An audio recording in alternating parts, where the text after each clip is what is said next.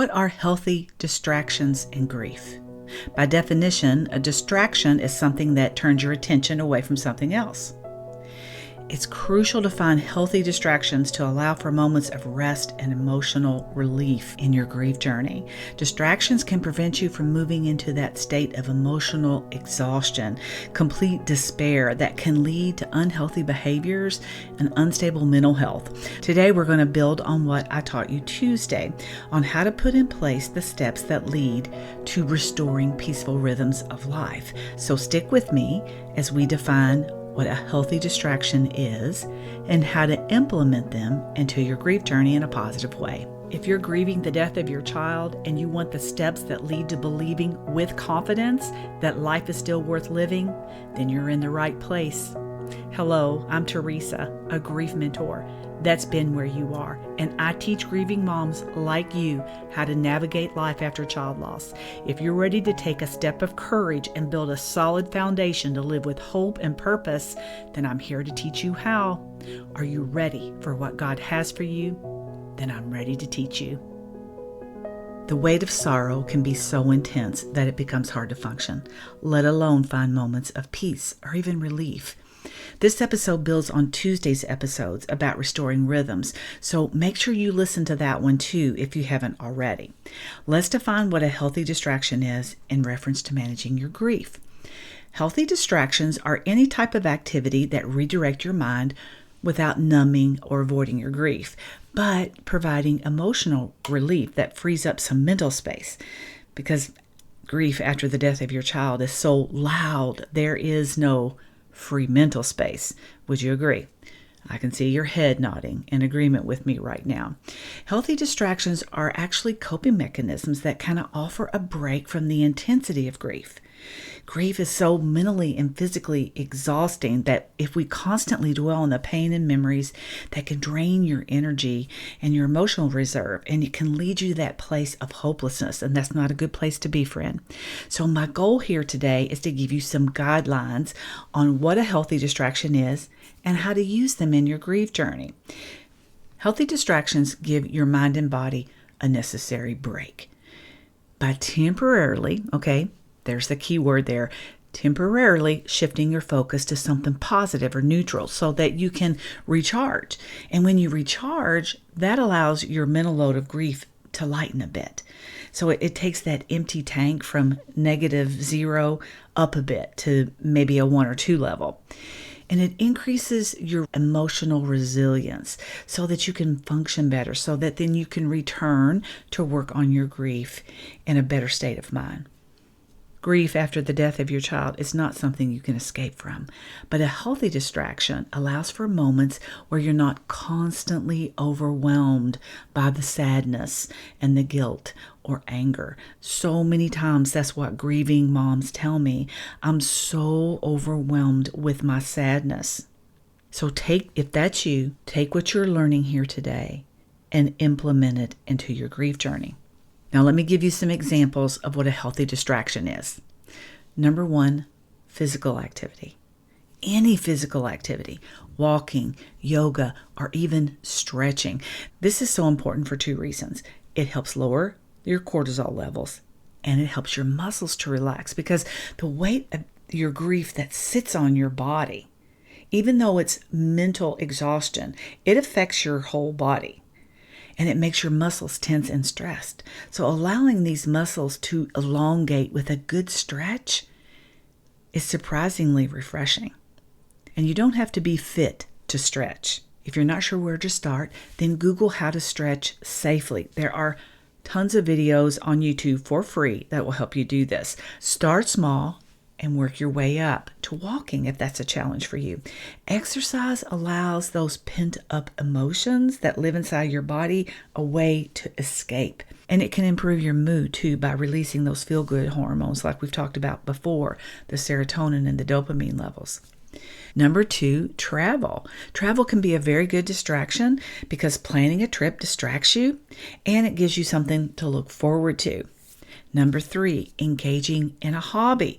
Maybe that's sewing for you, or knitting, or maybe it's horseback riding, something that absorbs your mind and hands for a period of time to distract you from your grief. You may have heard me talking about a blanket that was knit for me by a precious dear woman that prayed for me and sang over that blanket while she knitted it. It became a big anchor for me in my grief journey. She then taught me how to knit. It was difficult to concentrate on that learning process in the beginning, not because the knitting was difficult, but because I couldn't keep my mind focused on anything at that point. But I stuck with it, and one of my dearest friends learned alongside me, and then we would sit and knit together. Words were not necessary. So I was distracted by my hands being busy, and if I wanted to talk, she listened. If you have a friend that has stuck with you throughout your grief journey, you are blessed, because many don't. Any type of creative outlet is an excellent distraction. Painting. You guys may have heard an episode I did not too long ago about making a piece of pottery on a pottery wheel. I'd never done that before. It was very cathartic and therapeutic for me. Writing, sketching, all are excellent distractions. Number 4, spending time in nature is especially good for you. Number 1, it gets you outside. Number 2, you're breathing fresh air. And number 3, you're absorbing vitamin D. Gardening is also a great distraction. And we are approaching spring, and it can't get here soon enough for me, friend. But maybe you're used to gardening on a large scale, or maybe you just want to plan ahead and purchase some seeds to start a container garden. Number 5, writing. Any type of journaling is a great way to express your emotions and track your grieving process. I did that, and that is where finding hope and healing in the midst of grief came from. That is my grief journey, where the Lord took me spiritually and what He taught me during that first year of my grief. That book was self-published in 2021, and it is still having impact in the lives of grieving moms and dads. Number 6, serving others. This is a great distraction because it takes the focus off of you. Number 7, watching a lighthearted movie or reading a book can offer a temporary mental escape, and it might help you laugh or feel a sense of calm by adding a sense of normalcy in your life. Laughing is good for you, friend, and it does not dishonor your child to do so. Number 8, and most importantly, spending time in God's Word, reading, meditating on it, praying over it, learning what He has to teach you in your grief journey. By incorporating these types of distractions, healthy distractions, into your grieving process, you can find moments of peace here and there. And then they'll begin to build on each other, and it will give you strength so that you can continue to do the difficult work of your grieving process. And it helps things to be more balanced, because that's our goal, right? Tuesday, I taught you how to bring back those peaceful rhythms into your life. Today, we're talking about another tool to give you some respite and some relief in your grief journey by learning how to use distractions. Friend, this is a way for you to treat yourself with compassion. One word of caution here.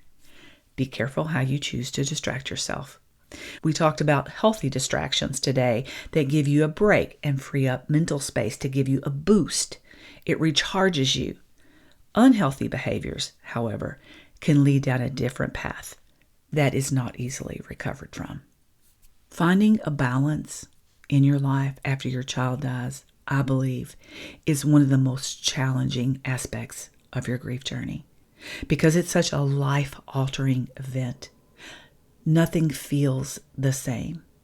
Trying to find that place where you feel good again, or feeling like your life has elements of normalcy, can be very challenging for many grieving moms and dads. And sometimes distractions are not enough to bring balance back to your life. That's when it's time to reach out for some additional support. Everyone's grief needs are different. But when you're grieving and it's overwhelming your life and you can't manage it, that's time to get help. It can lead to mental health challenges such as depression and anxiety that can overtake your life and remove your ability to be able to function on a day-to-day basis. And it can even lead to PTSD type symptoms.